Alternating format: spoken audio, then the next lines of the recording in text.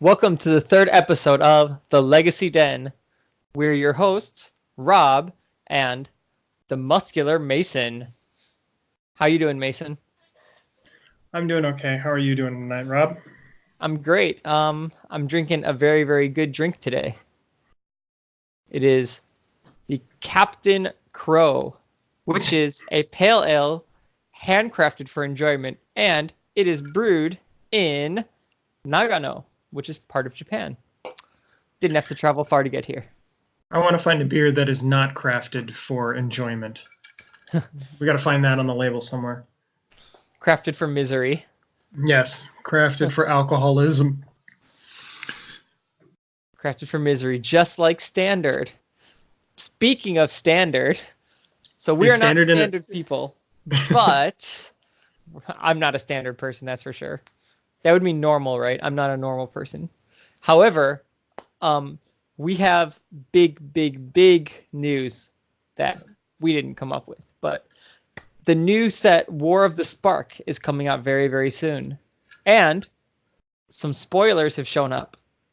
So first, about War of the Spark. It's the new set in a new block. The story has something to do with Nikobolas and all the Planeswalkers. So the Wizard of the Coast said in every pack there's going to be a Planeswalker. So what did you first feel when you heard that? When every single pack is going to have a Planeswalker? What's your thoughts on that? Okay. Well, I mean, so every pack is going to have a Planeswalker, but there's going to be Planeswalkers at uncommon and rare and mythic. Right. So that basically means that you're automatically going to at least receive an uncommon Planeswalker. Right, at the very least. They're not doing a special like Planeswalker slot or something like for like flip cards. I think they are. Like that? I think they are. That would make the most sense. If I'm not, then you can go back after this podcast and type in the comments, Rob, they're not making a Planeswalker slot. You're wrong. You know, but usually when they have like a something guaranteed in every pack, it has its own slot. Okay. Kind of like the double face card had their own slot. That makes sense. Okay, so these are packs where you can get like a double rare, but you may get like a regular rare and then the Planeswalker rare. Okay. I don't know. That seems it's definitely interesting. I like where they're taking the design space as far as the evergreen mechanics that the Planeswalkers now have, as opposed to 3 abilities. Some of them have like something that's always existing on there, and then you know, only a couple of them actually have like an ultimate ability or anything like that. Yeah, the rare and the mythic ones maybe have an ultimate, but they tend to just kind of have 1 or 2 abilities as opposed to 4, like you see on the Jace the Mind Sculptor or Chandra. And I do like that they're not focusing on making Planeswalkers all things that you ultimate, because what that does is it makes Planeswalkers very, very samey. Like when you play a Planeswalker, you kind of, if you can kind of leave it, let it do its thing for a few turns, then it ultimates and you probably just win the game because the ultimate is probably devastating for your opponent. And if every single Planeswalker is like that, then it really makes them the same. It doesn't make a huge difference whether you're playing this 5-mana Planeswalker or this 5-mana Planeswalker, because they both kind of have similar abilities and their ultimate wins.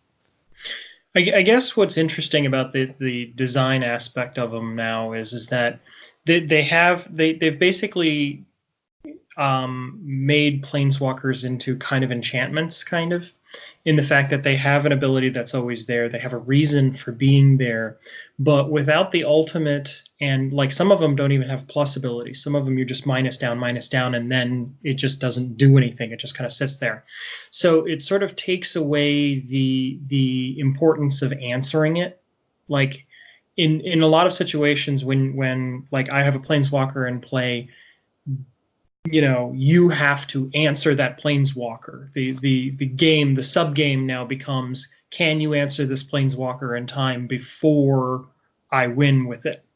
Yeah, and that's a lot of people's complaints about Planeswalkers, is that oh, they dropped, like, let's say for standard listeners, they dropped a Vivian, so they're going to keep plussing, which gives them advantage, and they're finding more lands or they're finding more creatures, making it more difficult to deal with the Planeswalker. Or if we're talking modern legacy vintage, they have a Jace. And Jace, they're brainstorming. If you don't find an answer for Jace in a couple turns and they're busy brainstorming, they're going to be able to stop whatever you do anyways. And you're top decking, because if you can't already beat Jace now, you're not going to be able to beat him in 2 turns after they've looked at 9 cards of their deck, right? Yeah. But would also so I guess I kind of see that actually taking a power level down on the Planeswalkers has opened up the door for not necessarily needing the sub game of answering the Planeswalkers, which actually is interesting. Like, a restriction has opened up the floor space for Planeswalkers to be more interesting. But on the other hand, go ahead. You agree? No, yes, no, go ahead. I agree. Well, but on the other hand, what I also don't like is what I don't like about this idea is the fact that enchantments were sort of already becoming Planeswalkers. What was the sideways enchantments that had like the 3 levels, and every level the historical historical enchantments or whatever, like History of Benalia. Sagas is what they were called. Yeah, the sagas. History of Benalia, Eldest Reborn.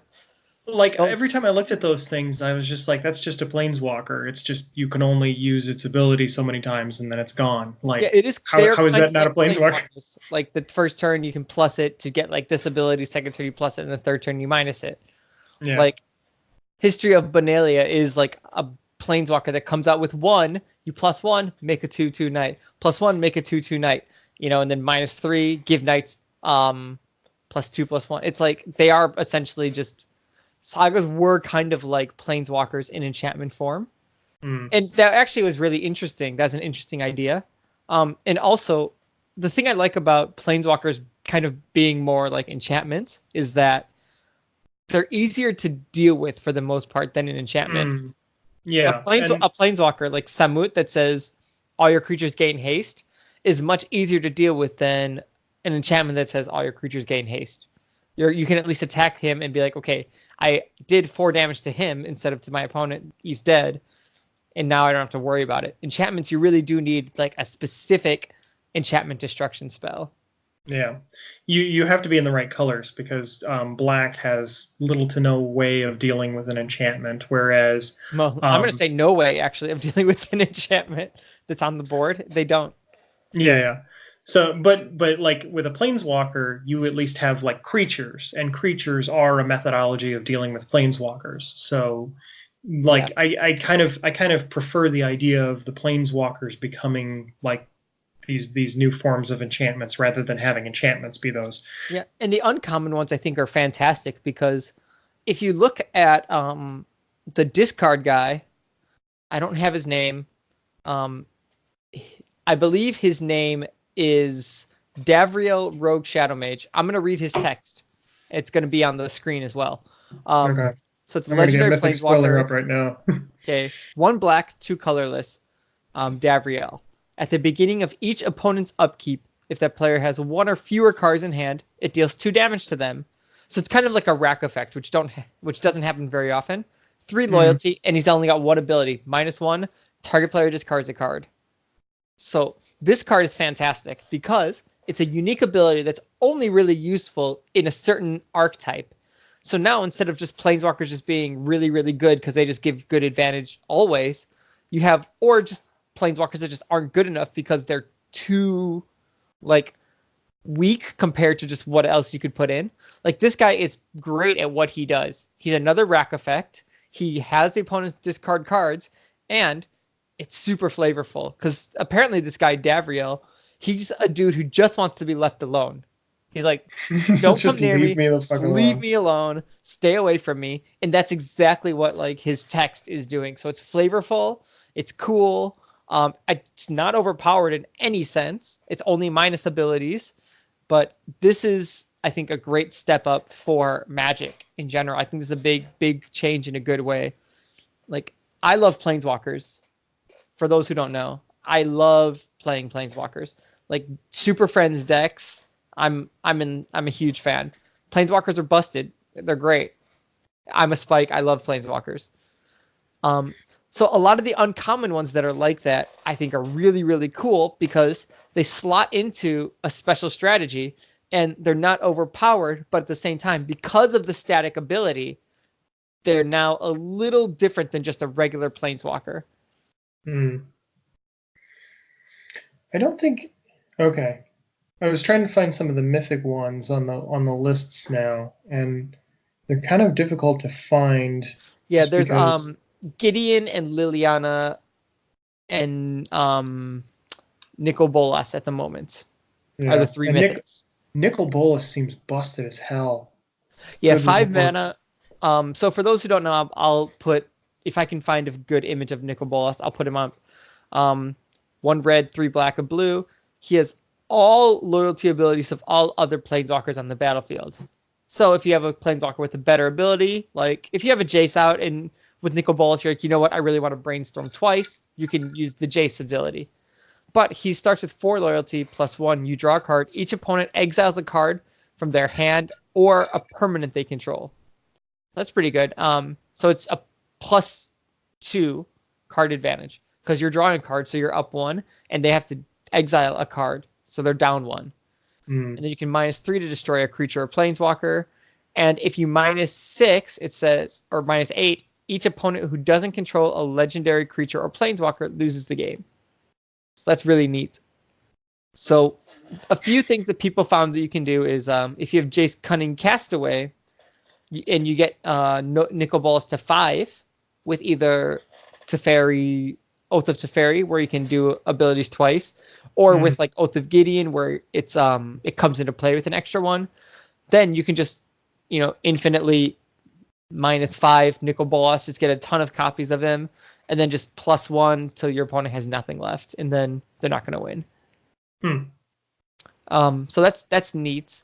I think it's too many cards to be practical, but the fact that you can do it is really cool. But he also starts at a low loyalty, like 4, which is really nice because sometimes Planeswalkers, their ultimate is like 6 or 5. And if he can kind of copy a Planeswalker whose ultimate is 5, that just wins the game. But he starts at 6, then yeah, he's just going to come into play that ultimate and yeah, good game. Yeah. Well, I mean, with doubling season, you could potentially just drop him and just win the game. Well, if you don't, well, you have to have something else out, but yeah. Well, no, it says each opponent. Right. That's well, because I read that a couple of times and I'm just like, well, okay, can you just -8 him and win? And I'm like, no, wait, because then you would lose him and then it wouldn't work. But then I reread it again and yeah. Each opponent who doesn't control a legendary creature or planeswalker loses the game. So yeah, with doubling season, if you drop it, you could just -8 and theoretically win the game. Right. So very, very, very cool set. I think the static abilities on planeswalkers are great. They're flavorful. They don't just mean like everything goes in good stuff decks now. Like you can actually focus more on what you want to do with the planeswalker. So there's a few cards I want to focus on. So since we're mostly playing, Legacy and Vintage in my case, there's a few cards in the set that are actually, in my opinion, going to affect those formats. So shall we talk about the first one? Sauron, Vengeful Bloodlord. Yes. Sauron, Vengeful Bloodlord. Okay, can you read that? No, actually I can't. I just mainly wanted to laugh at that because I thought he was still stuck in a wall. That's true. He almost was. It says as long as it's your turn, creatures and planeswalkers you control have lifelink. You can +2 to deal 1 damage to a target player or planeswalker. You can -X to return target creature with converted mana cost X from your graveyard to the battlefield. That creature is a vampire in addition to blah blah blah blah blah. So, but it's giving everything lifelink on your turn. Like that's really good. That's Erebos' whip right there. But it also has those extra abilities. So And Well, I was goofing. I know you didn't actually want you're to right. talk about that card specifically. I just wanted to bring up the fact that I thought he He was still should be stuck in in a a wall. wall. Why I aren't think you in a wall, he Soren? might still be in a wall. Actually, that art, he might just be imagining that he's out dancing, but really he's in some granite. You ever see Venture Brothers where the dad gets stuck in a wall? I have not, but I'm sure many of our viewers have, and they can laugh along with you. No. They're like, hey, they know what he would be like if he was a planeswalker, just like Yes. that. All right. So, what cards do you want to talk about, Rob? All right. First one I'm going to talk about is I'm going to say Liliana's Triumph. It's 1 black, 1 colorless. It's an instant. Each opponent sacrifices a creature. If you control a Liliana Planeswalker, each opponent also discards a card. Mm-hmm. So this is really good. There's many, many reasons. Let's start with the simple ones. Well, okay. So let's list off the things that we would probably notice first and then kind of get more introspective as we go. Of course, if you control a Liliana Planeswalker, you get the added benefit. So, being able to, for 2 mana at instant speed, make your opponent discard a card and sacrifice a creature is very, very good. Yeah, that's a 2 for 1. Straight up. It's a 2 for Straight 1. up 2 for 1. Also, the simple fact of the card is that it says each opponent, so it's no longer targeting. So Right. a line of sanctity doesn't work to stop this in any way, shape, or form. And this is huge for Modern because Bogle's a deck where they kind of get one creature and slam a bunch of enchantments on it.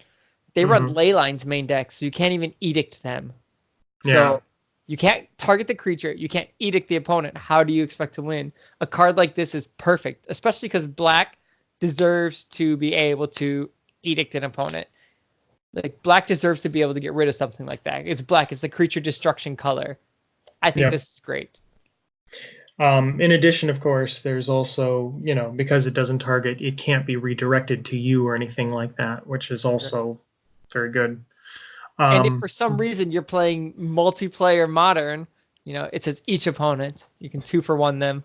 Or well, I mean, two-headed giant. This card, this is exactly why I was like looking at this card and looking at the pre-sale price, because this is going to be in pretty much every single black deck in EDH. The ability to make the entire group each sacrifice a creature is and means potentially that discard a card too for 2 mana.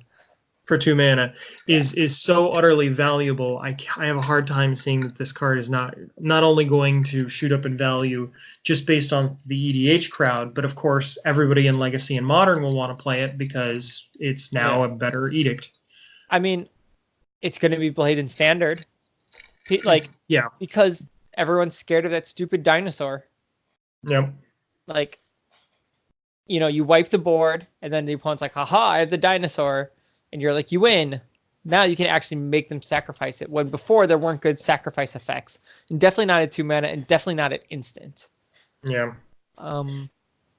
Card is just fantastic card. Good. And the thing I like about it is that it's not like, oh my god, this is broken.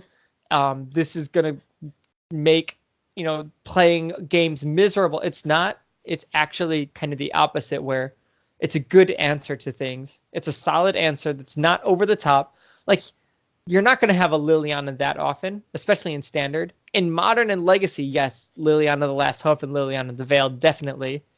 Could you imagine for 5 mana, you drop a Lil of the Veil, you plus them, they discard, and then you Triumph, and then they discard another one and sack their creature. It's just... And then you've got a Liliana there waiting for them to cast something else so you can -2 her. It can be really, really devastating, but at the same time, it's not unfair in any way. And that's why I really like this kind of card. It's not going to be like, oh my god, this is too unfair. I hate that everyone's playing it. And also, what's really prevalent right now in Standard? Dive down. Everyone's playing dive down, where it's like, aha, I have my Niv Mizzet, or I have my Crackling Drake. Go ahead, try to do something. Haha, dive down. It's protected. Now it's like, no, you're done. You can't dive down every single thing always, especially Niv Mizzet, because that card is oppressive. So, but yeah, this could see play in Vintage too, easily.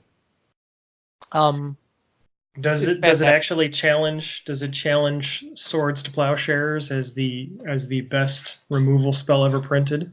Not even close. No. Swords to Plowshares will never ever be bested.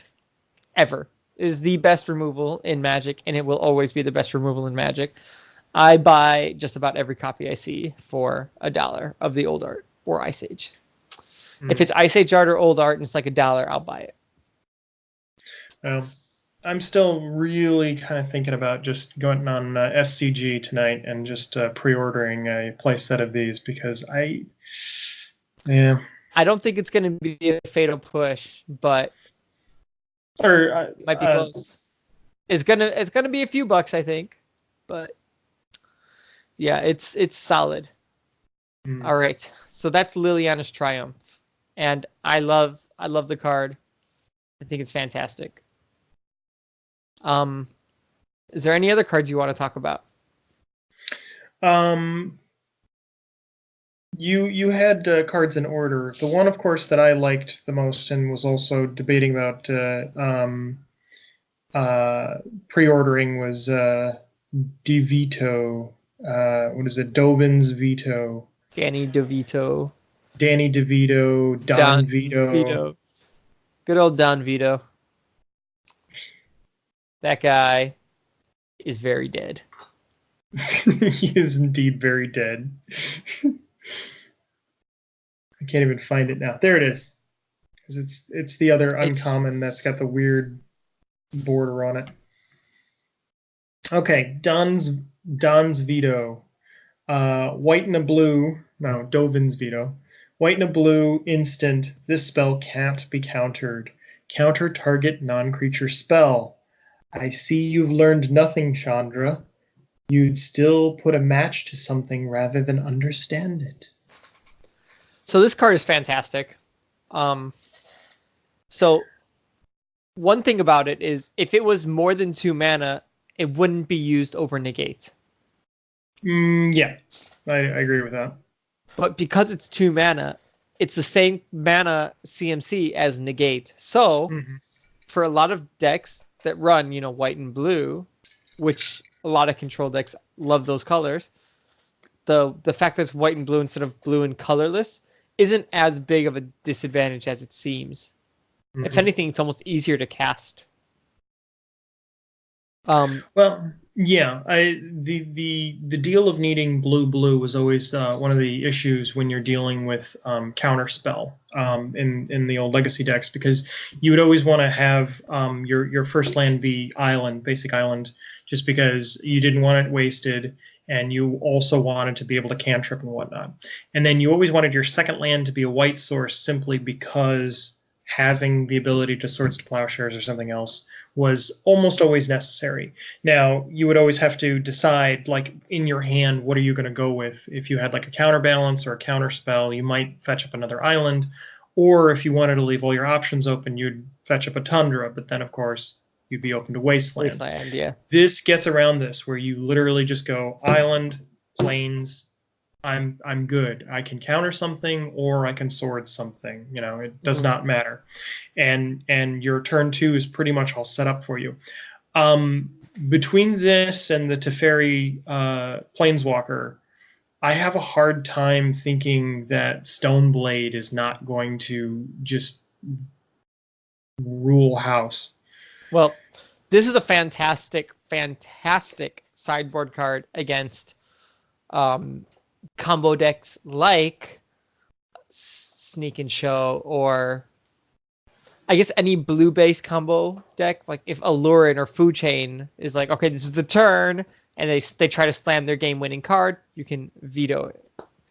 Yeah, and it's just 2 mana, and that's it. We're done. Like, there's no counter war, there's no Flusterstorm, force back, nothing. It doesn't matter. Counter. And I actually like it in Vintage because sometimes you just really cannot let something resolve.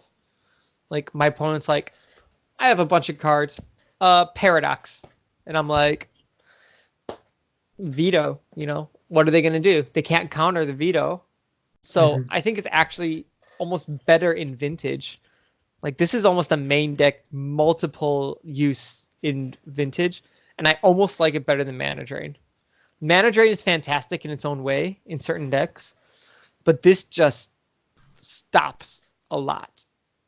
This really does stop unfair combo crazy stuff that, like, just your opponent casts Oath the Druids and I'm veto. It's vetoed. No oaths here.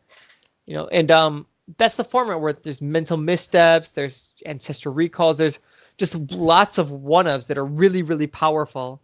And none of those one-ofs are creatures except Monastery Mentor.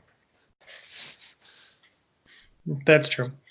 One of the things I like about this card is, I don't know if I like this yet. I'm worried about this card just a little bit, just because I have a feeling that this card is going to precipitate the next card that, of course, we want to talk about, which is the Teferi card. And the reason being is because there is an uncounterable counter spell for most of the stuff. Like, of course, creatures are creatures, and everybody's going to start playing more creatures in order to kind of get around this spell. You're going to want to play the Teferi Planeswalker. And I think that by playing the Teferi Planeswalker, you now can assure that your spells are not uncounterably countered, and then start playing other spells. And I think between this and the Planeswalker, I just feel like it's going to be just a battle of who can get the Planeswalker down so that they can make their stuff to resolve, or who's going to keep the veto up in order to make sure that the Planeswalker doesn't come down, and it's just going to be an arms race between those two cards. Yeah, control mirrors and standard are going to be rough. I think Legacy's a little more diverse, where the Planeswalker might be a one of. So let's talk about the plane. Let's get into the Planeswalker. Okay. So it's Fairy Time Raveler, 3 mana, 4 loyalty. Each opponent can cast spells only anytime they could cast a sorcery. So first off, that's busted. Its +1 is until next turn, you may cast sorcery spells as though they had flash. Great. And the -3 is return up to 1 target artifact, creature, or enchantment to its owner's hand. Draw a card.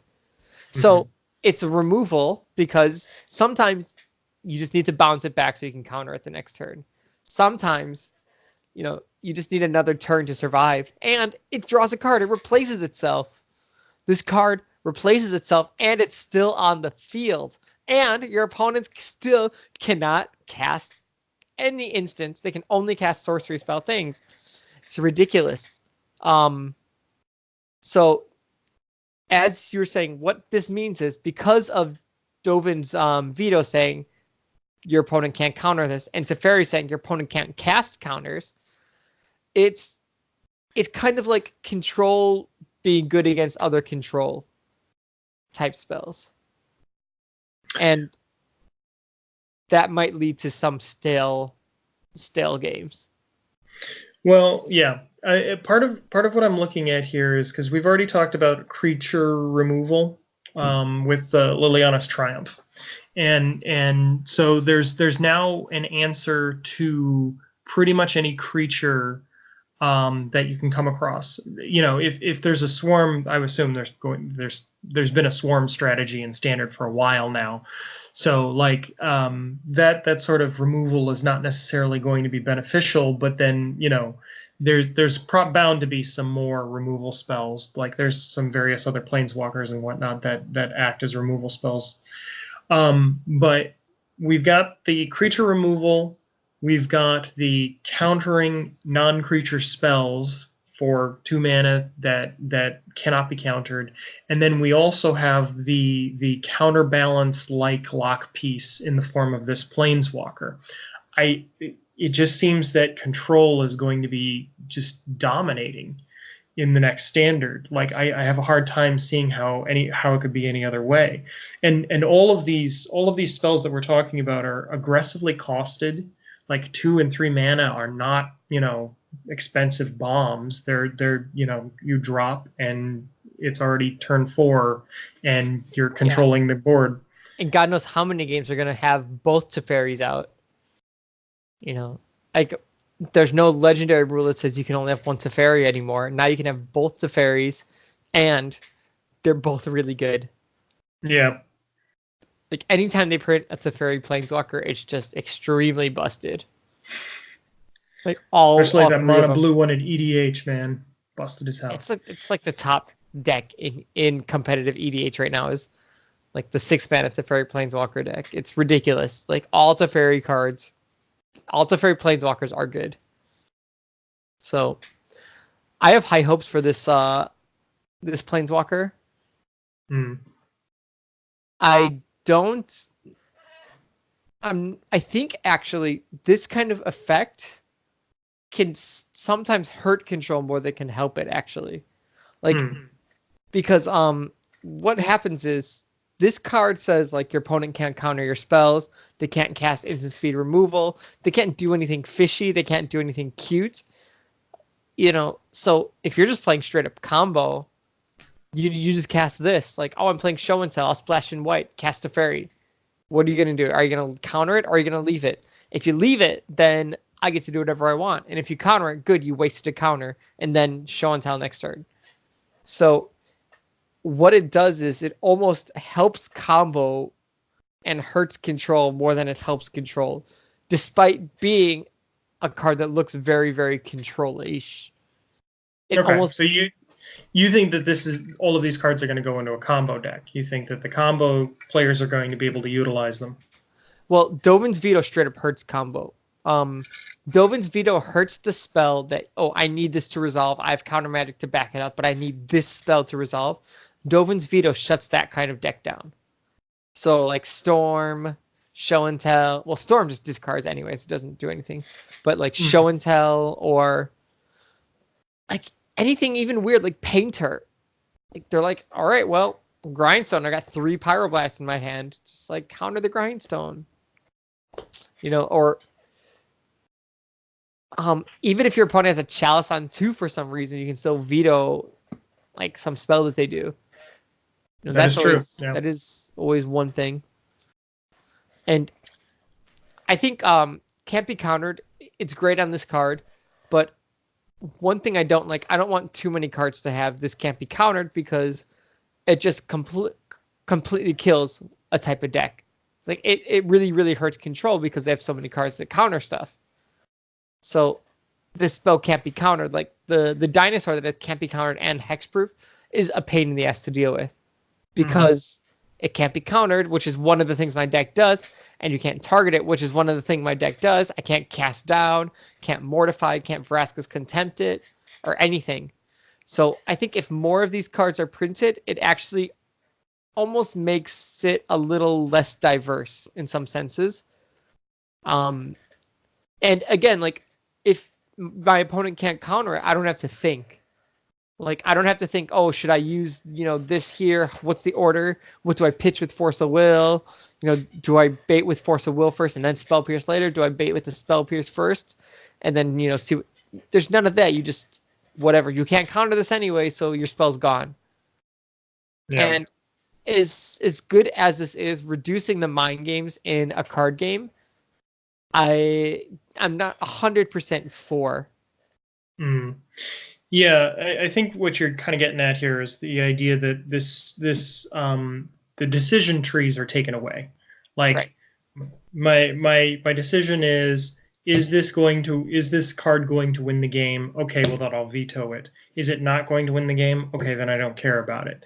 Right. And then you move on to the next step, which is, okay, I have to make sure that my opponent doesn't veto my most important spell. So now I have to play the Teferi to make sure that they can't veto the most important spell. And now we're both sitting, on. And then you start playing stuff just to hope that they veto it so you can play your real spell. And it's just like, yeah, that's not the mix-up game it should really be all the time. Like, you shouldn't have to just accept, oh, well, Veto's just going to win against everything. But that's why decks run discard. That's why Black runs discard, and that's why the green and red decks just play a bunch of creatures and don't care about veto. Yeah. But again, like taking away those kind of decision trees in the mind games, like that really does reduce a lot of factors. Yeah. And I'm looking at the time wipe, and they do have a Wrath from blue white. I don't know. I just have a feeling that control is going to be really strong. is it how much mana is it though? If it's more than 4 5. mana, then it's worse than Cleansing Nova and it's worse than Kaya's Wrath. Cleansing Nova. Kaya's Wrath? Kaya's Wrath is black, black, blue, black, black, white, white, destroy all creatures. Oh, that's right. Yeah. That was from the last set, wasn't it? Yeah. But so I think as far as legacy is concerned, veto is really good. I think it's even better in vintage. I'm loving it for vintage. Liliana's Triumph, I think, is the biggest legacy card that's gonna make a difference. Like this straight up, you take out your Diabolic Edicts, you tear them up, you throw them out, and then you put in Triumphs. Like that's how good this card is. Because there's literally not a single downside to this over Diabolic Edict. Not a single one. Yeah. And again, there are people who are going to be like, actually, I can find a situation where this is worse. But they're like, well, they have a thing that says like, if this if they have they flash in an Academy Rector into play, and then you have a misdirection in your hand, and you could have misdirected yourself or something. It's just like, shut up. Like, let's talk about real situations that might actually happen. Like, this is straight up. I don't think that there's any time that you actually... Well, okay. So they flash in a Rector that you don't want them to kill. That you don't want them to sacrifice. You have to misdirect targeting yourself, so that way you sacrifice a creature instead of them. And then you, I don't know, like... What is the exact opposite of Magical Christmas Land? I don't know. Hellscape World, where you have to misdirect your own edict. like Miserable Town. I don't know, something like that. But yeah, like when you're misdirecting your own edict to yourself just to lose one turn later, I guess. Yeah. So pretty funny. There's one more card I want to talk about for vintage, and that's it hasn't been officially spoiled yet, but there's been spoilers. It's called Karn the Great Creator. It's 4 mana, legendary planeswalker card, 5 loyalty. Activated abilities of artifacts your opponents control can't be activated. So it's a one-sided Stony Silence. So if you ever thought, man, I want to use Stony Silence, but it really messes up my own strategy, run Karn. And the best part is, 4 colorless mana isn't that hard to do. That's just an Ancient Tomb and a City of Traders or whatever. Like, it's an Ancient Tomb and a couple Moxen, whatever. And in vintage, there's so many artifacts. And shops decks, like Mishra's Workshop decks, they don't want to Null Rod, because if they Null Rod, then they can't activate Ballista, they can't activate Arcbound Ravager, they can't activate, I don't know, anything else that they might want to activate, like Moxen or Lotus or whatever. They're just forced to kind of just play out vanilla creatures and hope that your opponent doesn't get rid of that in time Vault kill you or whatever. But Karn just says one-sided, like only your opponents, which is great. He has a couple loyalty abilities. Until your next turn, up to 1 target non-creature artifact is an artifact creature with power and toughness equal to its converted mana cost. So if you have you can turn your Trinisphere into a 3/3, but then if it taps, it loses the ability. So don't forget that. Or if you're really stupid, you can turn your Chalice of the Void into a 0/0. That's pretty great. Ooh. And I think, and it's a -2, it looks like. It says you may choose 1 artifact card you own from outside the game or in exile, reveal it, and put it in your hand. So you can get an artifact from your sideboard that you might need.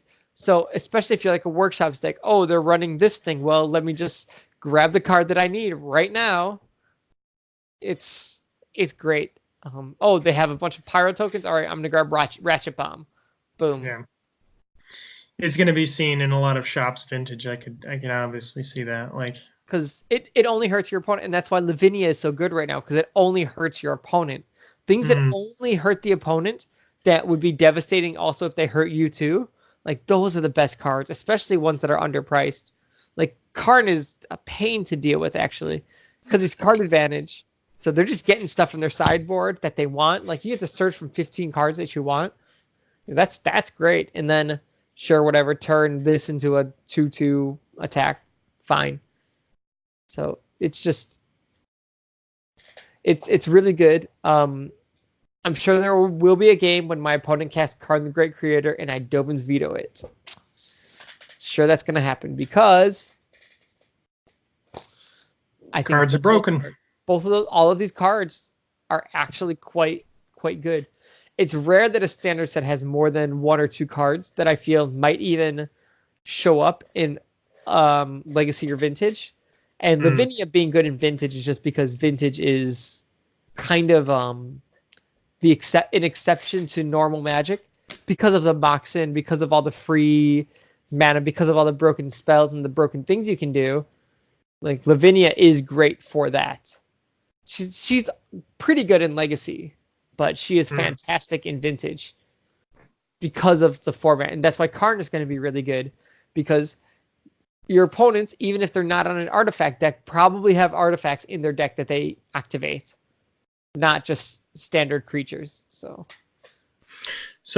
with all of these cards on the table now, and I've been thinking about these cards and thinking about what benefits the most. And the one deck that I keep coming back to is Blue-White Stoneblade. And you bring up Lavinia, which you talked about as loving in Vintage previously. And because you've talked about her so much, I've been thinking about how she could fit into a Legacy deck. Now, stay with me here. Oh, I'm here. I'm all about Lavinia talk. What do you think of Blue-White Stoneblade that has Lavinia? Of course, is going to use Cavern in order to make sure that she resolves. Then goes turn 3 Teferi, the new Teferi Planeswalker, and literally just sits there with Dovin's Veto. Anything that your opponent casts, they're going to do at sorcery speed. They can't force of will your Teferi because you've put a Lavinia into play. And then you are literally just going to sit there and just, hit them for 2 each time. And there's pretty much not anything that they can do about it because you can veto anything. Pretty much the only thing I can think of that they could do to stop you from, killing them with the creature is Wrath with Supreme Verdict. But even then, I don't understand how you don't just control the game. Well, they're stuck at sorcery speed. You're holding up uncounterable counter spells, and you're just hitting them with a 2/2 every time. That's great against creatureless decks. But if your opponent drops a young Pyromancer, that plan is suddenly a lot less good. Well, okay. She's a 2/2, and Trade you have Pyro. My whole feeling is, of course, you're running Swords to Plowshares and you're running other things, but I think Teferi in Legacy is far better than Lavinia, and I think they almost don't need each other. The great thing about Lavinia is they can't force of will my stuff, so the force of wills in their hand are essentially dead, which is the same thing that Teferi does. So I think they almost overlap to the point where you don't need both. I think Teferi on its own is probably good enough, because then you can start to do whatever you want on your turn, knowing that they can't do anything about it. And that's kind of how Lavinia was. She was just that on a 2/2 creature. But she also, the thing is with Lavinia, her second part is what made her really good in Vintage, is the free spells. Because Mental Misstep is really, really strong in that format. It's a 4 of, and there's tons of 1-drops that you absolutely cannot resolve. And that's why there's missteps. And that's why Lavinia is great, because opponents will misstep paying 2 life into a Lavinia. Whereas with Teferi, they're just holding on to it, which is just as good anyways.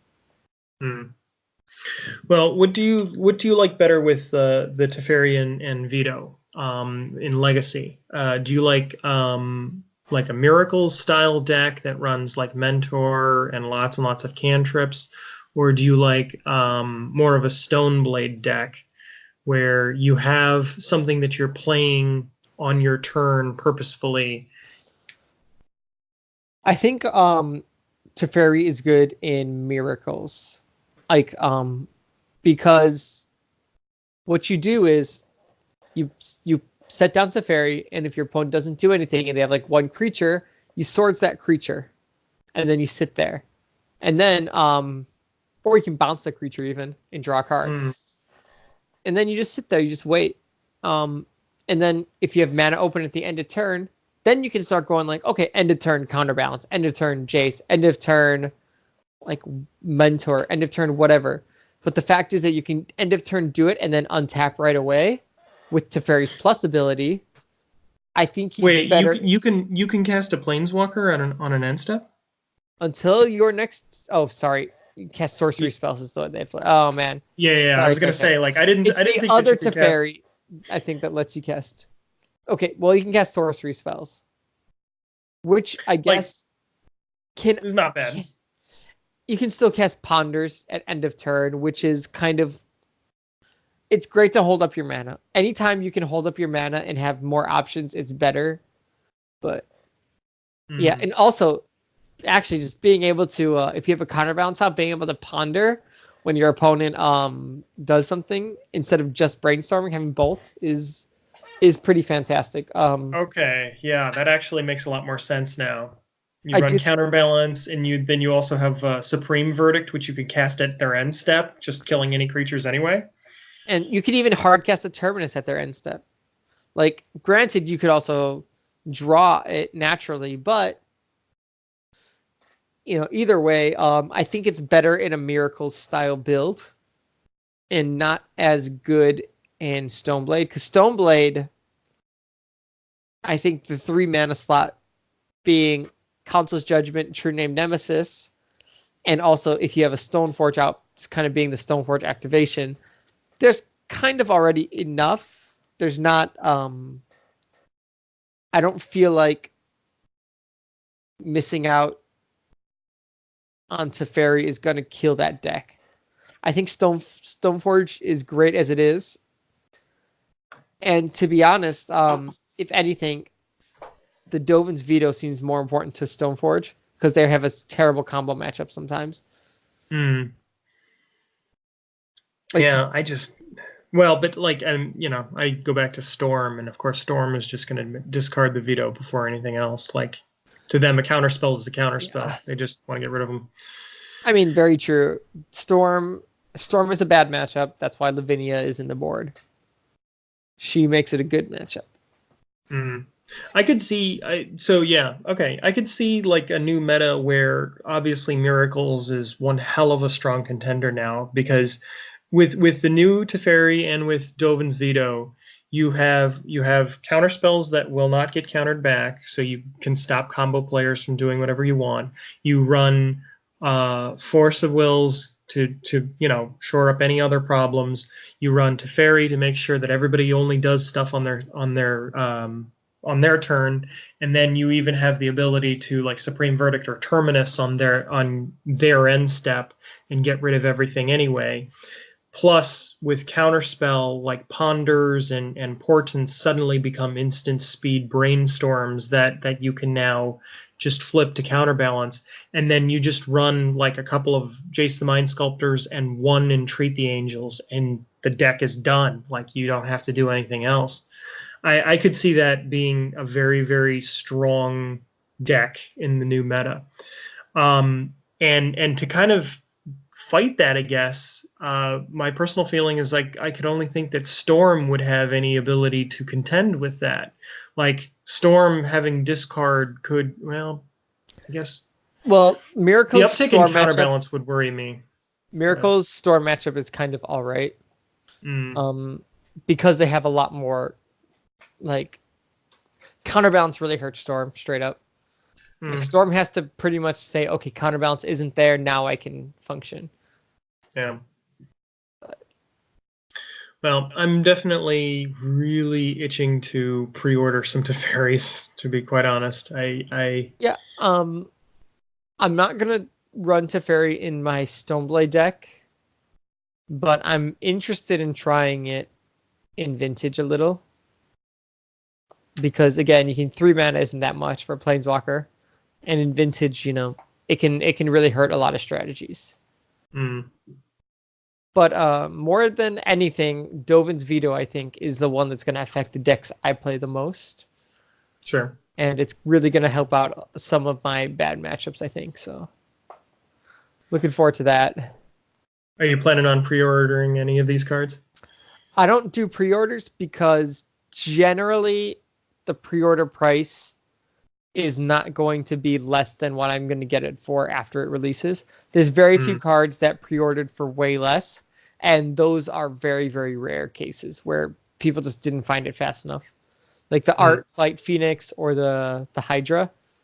Obviously there was one point when they were pre-ordering for less than $10. People said, no, I don't think it's going to be that good. And then suddenly they are that good, and people go, oh my God, why didn't I think of that? Because you don't know at the time. It's hard to predict it. So, yeah.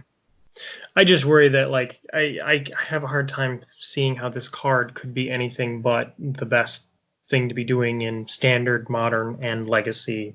I mean, I think it's fine for $10, but for 15, I think that that's what it's going to be anyways. Mm. So if Well, I want it, but then like to me, if it's going to be 15 anyway, then you might as well like buy it, like well, because I have the advantage of Den Town, as you know, and Hallelujah, and all those card stores where I can kind of go shopping and get stuff for cheaper. I can probably find it cheaper in Japanese if I really, really want a copy. So, we'll see what happens. We can but we can one we thing can make a is, gentleman's bet as to see what happens, but I don't know how much standard play it's going to see. I'm really not sure how much it's going to be in standard. Is it going to be 4 of? Is it going to be a 1 of? Is it going to be a 2 of? I really have no idea. mm, And it'll take a couple months after the release of it before they kind of even figure out the right amount for that anyways. sure. So yeah, that's our episode today, I guess. Anything else to add? No, we kind of need to wrap up a little bit early because you seem tired, and I know I'm very tired right now. Yeah. Well, either way, I'm looking forward to the set. Lots of planeswalkers. Yeah, And I have not been so psyched for a standard set in a long time, to be quite honest. Like, I really want to bust these packs open. yeah, just drafting with a bunch of planeswalkers seems great. So yeah, Yeah. take care. Again, no bubbles. No bubbles. No bubbles. All right, sayonara, Mason. Sayonara, Rob.